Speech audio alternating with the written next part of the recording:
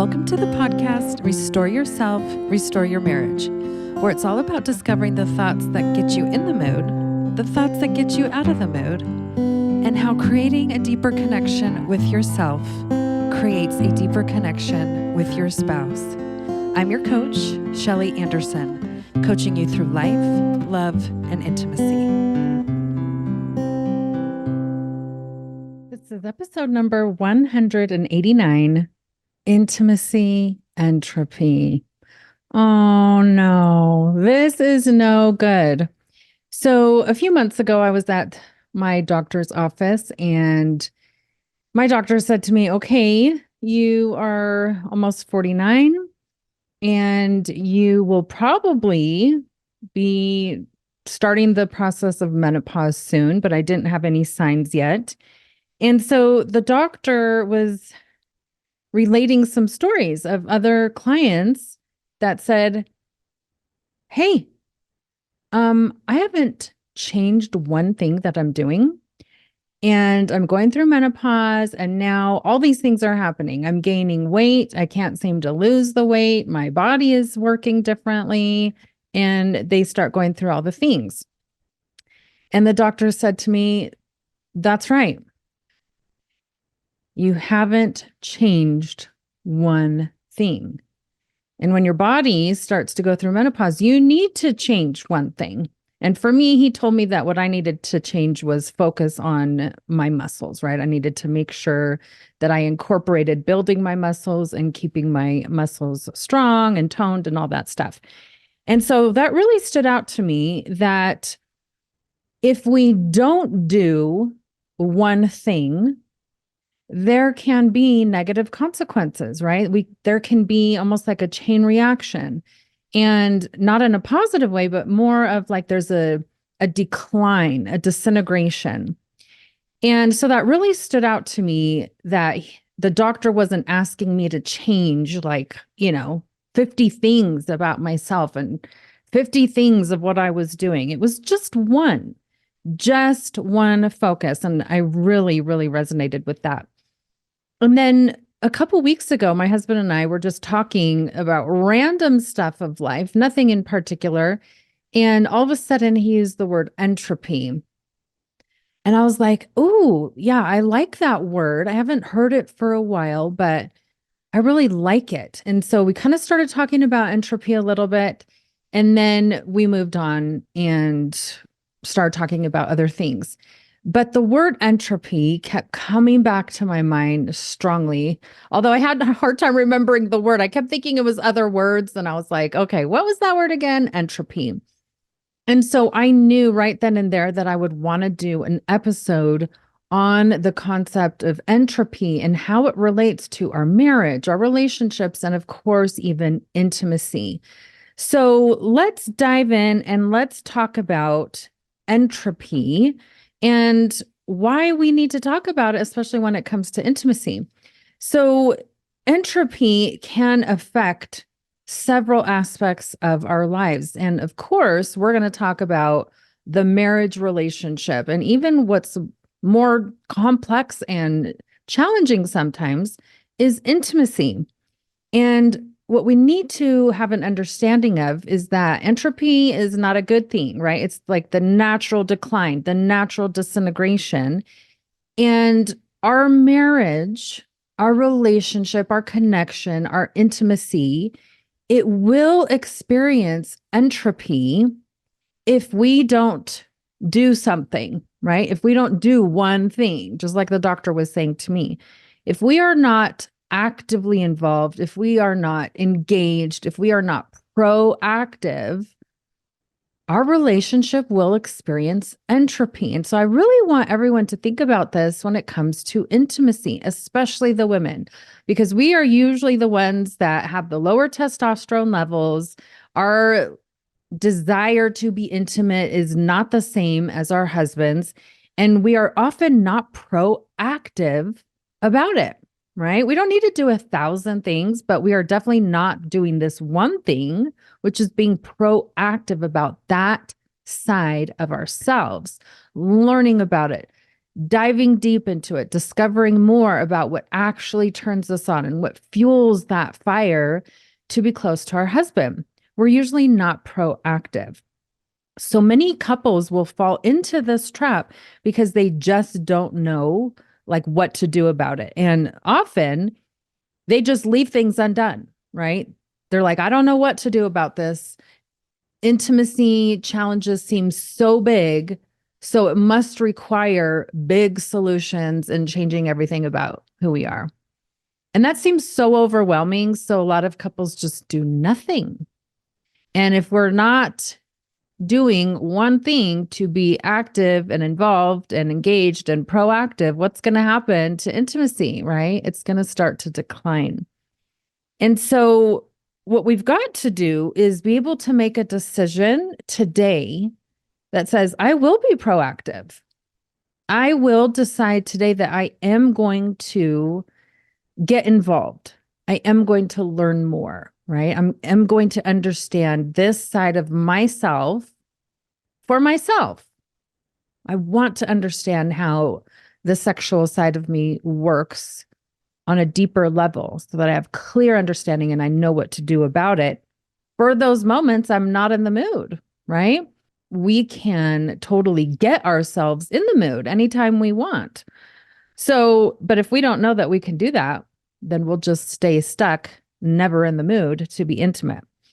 Okay, so I wanted to point out then that when we start addressing what's going on outside of the bedroom so that we can be intimate, it really starts to address intimacy. Think about this. If we have a goal that we're going to really start to increase our capacity for intimacy, and we're like, yeah, but look at all these things that are happening outside the bedroom that makes me not want to be intimate in the bedroom. Let's start putting one thing in to that equation as we address these things outside the bedroom so that it's easier to get into the bedroom and enjoy it. So we have to be thinking about the things that actually take us out of the mood so that we can start addressing them. It's actually a very beautiful cycle to be involved in. I love it. And the other cool thing is like once we start addressing one issue, it has like a trickle out effect in a positive way. It starts to improve all the other areas of our lives and our relationships 1 degree at a time. It's awesome. So it's a very good thing to be involved in is this being engaged, being proactive, and trying to seek improvement and enhancement, enjoyment, instead of just allowing entropy to take course. So I want to take a minute to dive into the definitions of entropy because they are amazing and they can give us some great insight. And of course, I love definitions. Okay, so entropy can be defined as disintegration and deterioration. It is a gradual decline into disorder. Now, this one really kind of shocked me and surprised me. I was like, oh, disorder? Like, I didn't really think about it in that way, that there can be order to things and entropy leads to disorder. And if you think about it on a bigger level, out in the world with so many challenges with mental health, we see this word disorder a lot. So that can just really start to pique our interest into this concept of disorder when we choose to ignore and not pay attention to the things of our own life. Now, entropy has two roots. En means within, and the trop part of the word means change or a turn. And so literally we have this definition with roots that mean change within. I love this. I absolutely love this because this is very empowering. A lot of times when couples are struggling in their marriage and with intimacy, they feel like they have no say, no control in what's happening in their relationship. They feel very much like the victim. They feel hopeless. They feel disempowered. This is saying, no, the change starts within so that we can have an effect on the disorder, right? So I love that they're saying that this is the starting point is within ourselves. So entropy can also be defined as a measure of the unavailable energy. Unavailable energy, right? So if things aren't going well, we do not feel energetic to often do some of the things that we might have a sense to do, right? Like I know there are times where if I haven't really addressed an issue, then maybe when I'm like, oh, I want to go show some affection to my husband, I will withhold it, right? I will not do that thing.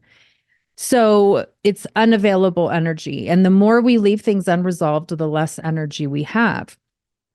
It also measures the system's disorder that varies directly with any reversible change in the heat of the system. Obviously, this is like a scientific thing, but I actually just loved it. I was like, ooh, the heat, it changes the heat in the system. It can change the heat that is felt between a husband and a wife. Ooh, that's kind of sexy. Right. And so if we're thinking of this concept of entropy, that it's the decline in that heat that you feel for one another, well, we can reverse that. And that change has to come from within. We can't just sit around and wait for our spouse to magically do all the things that we have in our mind that they should be doing, right? It has to come from within. Another definition of the word entropy is the degree of uncertainty in a system. And I was like, oh, uncertainty is the worst, right? The unknown. Think about a time when you and your spouse weren't getting along and you're just like, what's going to happen? How long is this going to take? You know, what's going to happen next? Is this going to get worse? Like all the uncertainty. It is so draining.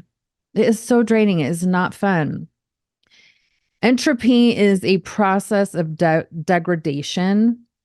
It is a running down. It is a decay of diversity. I was like, what? Entropy tries to create more sameness, more uniformity. And I was like, wait a minute, this is so fascinating because a lot of women want their husband's desire to be like theirs, like low, super low. And they're like, oh, if my husband's desire for sex was low like mine and we were like kind of the same, everything would be great. And husbands are thinking the same thing, right? Their desire for sex is usually higher. And they're like, man, if my wife's desire for sex was high like mine, if we were more the same, our marriage would be awesome. It'd be easy. It'd be incredible. We want our spouse to be the same when that is actually impossible. A husband and wife cannot be the same, especially when it comes to that hormone, testosterone. We are on opposite levels.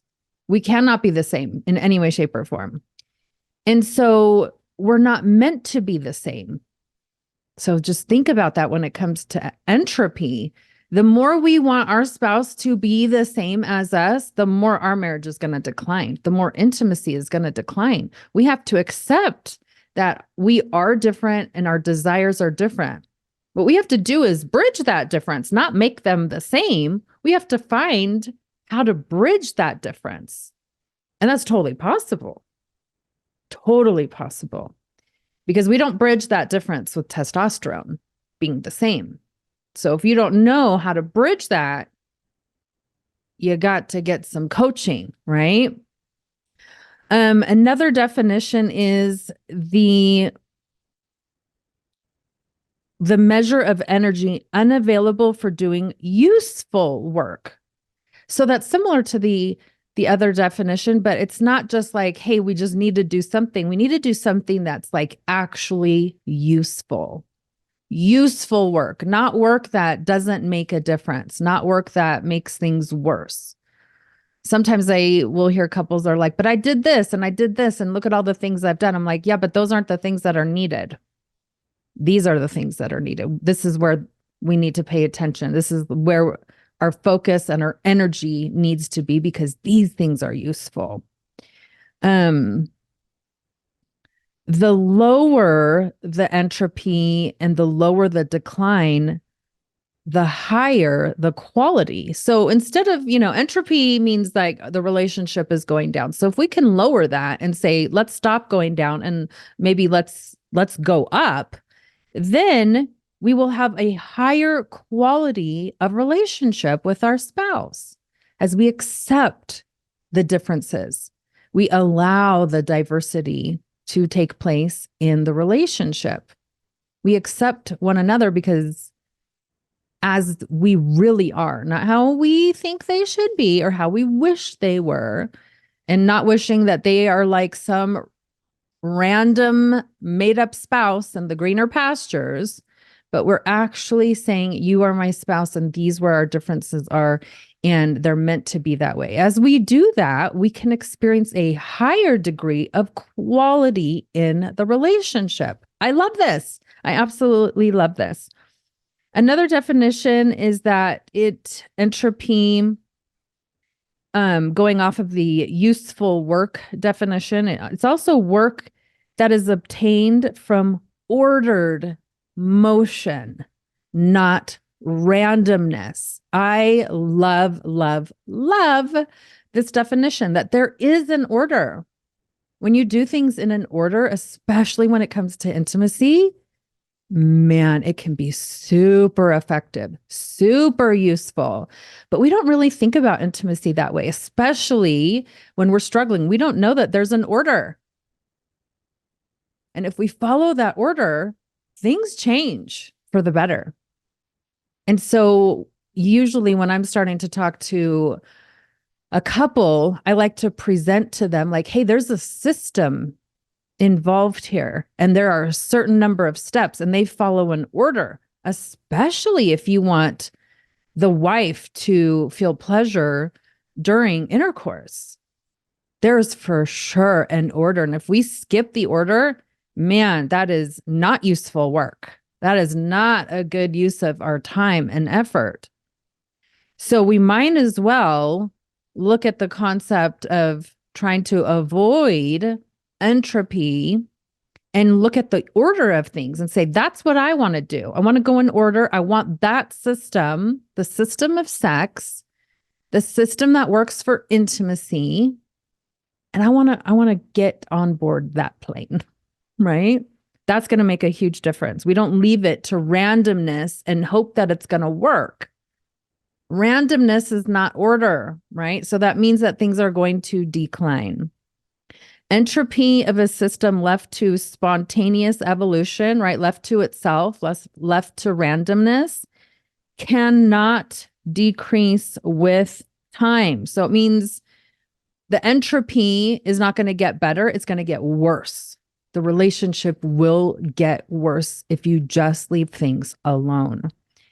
So disintegration of marriage and intimacy will get worse if we just allow it to evolve over time with no conscious decision-making or efforts, right? If we stay unengaged, hands off, literally, then things will get worse. So it's really valuable to take a look at these definitions and allow our brain to really start to absorb them and allow those definitions to have significance and personal meaning for us and take us to a deeper level of motivation to do something about it, right? Not do 50 million things. Just do one thing, right? One thing. So I love overall this concept of order, right? Because the entropy is disorder, leading to disorder. The natural decline, whereas if we want to improve intimacy, we've got to put some order to it, some sequence, some systems. So I want to ask you a question, and it's this. Do you know what the intimacy trek is? Because that is an order. That is a system. And that is foundational for couples to know how many steps, the order of the steps, and the amazing results that come when we follow it.